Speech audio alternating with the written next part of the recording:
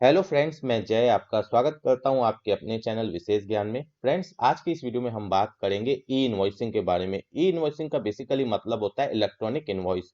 ये आपकी एप्लीकेबल होती है बी टू बी ट्रांजेक्शन्स के ऊपर और एक्सपोर्ट ट्रांजेक्शन्स के ऊपर। बी टू सी के ऊपर ई इनवॉइसिंग एप्लीकेबल नहीं होती है। ई इनवॉइसिंग बेसिकली है क्या? देखिए फ्रेंड्स, ये कोई बहुत बड़ी चीज नहीं है। आज तक हम जो नॉर्मल इनवॉइस जनरेट किया करते थे, उसके साथ दो चीजें अब और ऐड हो जाएगी। वो दो चीजें जब नॉर्मल इनवॉइस के साथ ऐड हो जाती हैं, उसे ही हम ई इनवॉइसिंग कहते हैं। वो दो चीजें हैं क्या? एक है आईआरएन नंबर, एक है QR code. Normal invoice, IRN number, QR code, ये तीनों चीजें जब एक साथ होती हैं तो उसे हम कहते हैं ई इनवॉइस। आपको ये जो आईआरएन नंबर है ये जनरेट करना होगा। गवर्नमेंट जो ई इनवॉइसिंग के लिए कॉमन पोर्टल प्रोवाइड कर रही है उस पर जाकर अपनी जब आप नॉर्मल इनवॉइस क्रिएट कर लेंगे, उसके बाद आपको आईआरएन नंबर और क्यूआर कोड वहां पर जाकर जनरेट करना पड़ेगा। 1 अक्टूबर 2020 को ये एप्लीकेबल हुई थी उन लोगों के ऊपर जिनकी टर्नओवर 500 करोड़ या उससे ज्यादा की थी। उसके बाद 1 जनवरी 2021 को ये एप्लीकेबल उन लोगों के ऊपर हुई जिनकी टर्नओवर 100 करोड़ या उससे ज्यादा की थी। अब 1 अप्रैल 2021 से ये उन लोगों के ऊपर एप्लीकेबल होने जा रही है जिनकी टर्नओवर 50 करोड़ या उससे ज्यादा की होगी।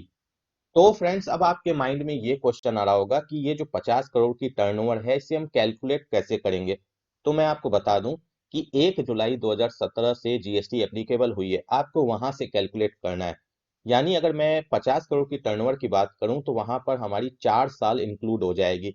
4 साल में कभी भी अगर आपकी टर्नओवर 50 करोड़ से ज्यादा हुई होगी तो आपके ऊपर ई इनवॉइसिंग एप्लीकेबल हो जाएगी। यानी फाइनेंशियल ईयर 17-18, 18-19, 19-20, 20-21, इस इस चारों ईयर्स के अंदर कभी भी अगर आपकी टर्नओवर 50 करोड़ या उससे ज्यादा की होगी तो 1 अप्रैल 2021 से आपके ऊपर ई इनवॉइसिंग एप्लीकेबल हो जाएगी। अब आप में से कई लोगों के माइंड में ये भी क्वेश्चन आ रहा होगा कि क्या ई इनवॉइसिंग वॉलंटरी है? अगर मेरी टर्नओवर 50 करोड़ से कम है तो क्या मैं ई इनवॉइसिंग कर सकता हूं? तो मैं आपको बता दूं कि ये वॉलंटरी नहीं है। अगर आपकी टर्नओवर 50 करोड़ से कम है और आप ई इनवॉइसिंग करने की सोच रहे हैं, तो प्लीज आपको मेरी ये सजेशन है, मेरी पर्सनल सजेशन है कि आप ई इनवॉइसिंग ना करें। क्योंकि अगर आप ई इनवॉइसिंग करते हैं और आपकी टर्नओवर 50 करोड़ से कम है तो हो सकता है जीएसटी डिपार्टमेंट की तरफ से आपको कोई नोटिस आ जाए कि आपने अपनी टर्नओवर कम दिखा रखी है और आप ई इनवॉइसिंग कर रहे हैं जो कि 50 करोड़ या उससे ज्यादा की टर्नओवर वाले एसएससी के ऊपर एप्लीकेबल है। ठीक। दूसरी बात, अगर आप नॉर्मल इनवॉइस पर अपनी सप्लाई कर देते हैं, चाहे वो सर्विस हो या गुड्स की सप्लाई हो, और आपकी टर्नओवर 50 करोड़ से ज्यादा है, तो उस केस में गवर्नमेंट ये मान लेगी, जीएसटी डिपार्टमेंट ये मान लेगी कि आपने इनवॉइस ही जनरेट नहीं की है। अगर आपकी ई इनवॉइसिंग के बिना कोई सप्लाई हो रही है, यानी नॉर्मल इनवॉइस पर अगर कोई सप्लाई हो रही है तो, क्योंकि वहां पर जो है रूल हमारा 48(5) एप्लीकेबल हो जाएगा। उसके तहत ये मान लिया जाएगा कि आपने इनवॉइस ही जनरेट नहीं की है और आपने बिना इनवॉइस जनरेट किए गुड्स या सर्विस की सप्लाई की है।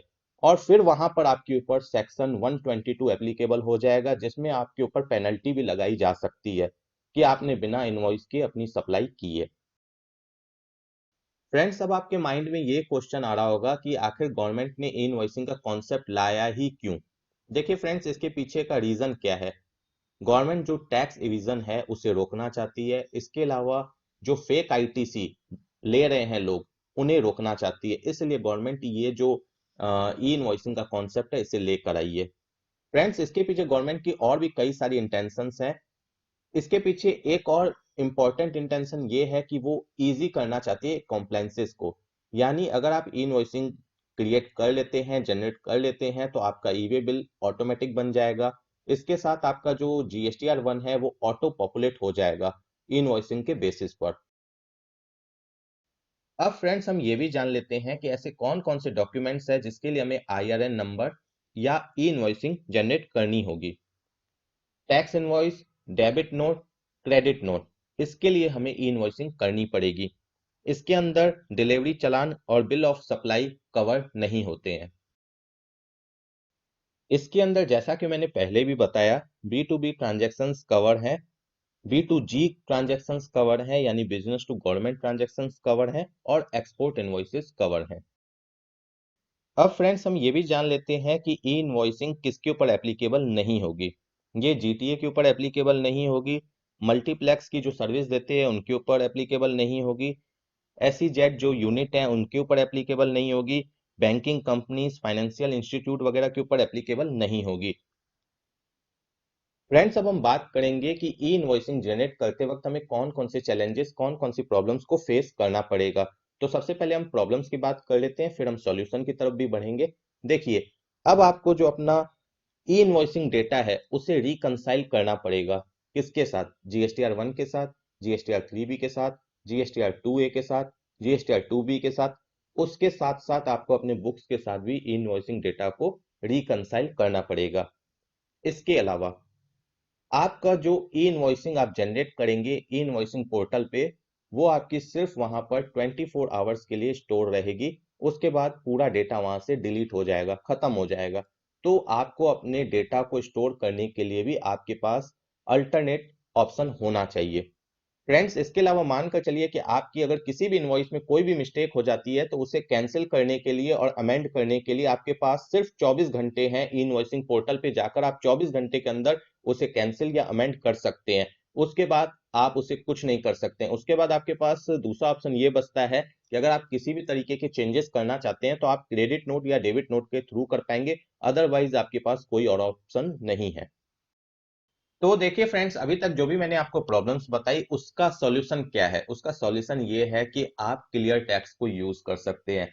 क्लियर टैक्स एक ऐसा अकाउंटिंग सॉफ्टवेयर है जो आपको ई इनवॉइसिंग में बहुत ज्यादा हेल्प करेगा। आपको अपने अकाउंटिंग सॉफ्टवेयर को भी चेंज करने की कोई रिक्वायरमेंट नहीं है। अगर आप किसी भी अकाउंटिंग सॉफ्टवेयर में काम कर रहे हैं तो आप क्लियर टैक्स की मदद से वहां से उसके डेटा को क्लियर टैक्स में इंपोर्ट करके फिर उसके बाद आप अपनी ई इनवॉइसिंग जनरेट कर सकते हैं। फ्रेंड्स सिर्फ इतना ही नहीं, आप क्लियर टैक्स की मदद से ई वे बिल भी जनरेट कर सकते हैं, आप रिकंसिलेशन भी कर सकते हैं। अभी तक जो भी मैंने आपको प्रॉब्लम्स बताई, सारी प्रॉब्लम्स आपकी क्लियर टैक्स सॉल्व कर देगा। ये बहुत ही अफोर्डेबल प्राइस में आपको मिल रहा है। फ्रेंड्स अगर आप क्लियर टैक्स के बारे में और ज्यादा जानना चाहते हैं तो मैंने लिंक डिस्क्रिप्शन बॉक्स में दे रखी है, आप उस पर क्लिक करके चेकआउट कर सकते हैं। और क्लियर टैक्स ने अभी रिसेंटली अपना एक पार्टनर प्रोग्राम लॉन्च किया है, जिसमें आप अपने क्लाइंट्स को या अपने फ्रेंड्स को सॉफ्टवेयर की लिंक रेफर कर सकते हैं, और अगर उनमें से कोई भी सॉफ्टवेयर को परचेज करता है तो आपको कमीशन मिलेगी। और अगर आप इस प्रोग्राम के बारे में भी ज्यादा जानना चाहते हैं तो मैंने उसकी लिंक भी डिस्क्रिप्शन बॉक्स में दे रखी है।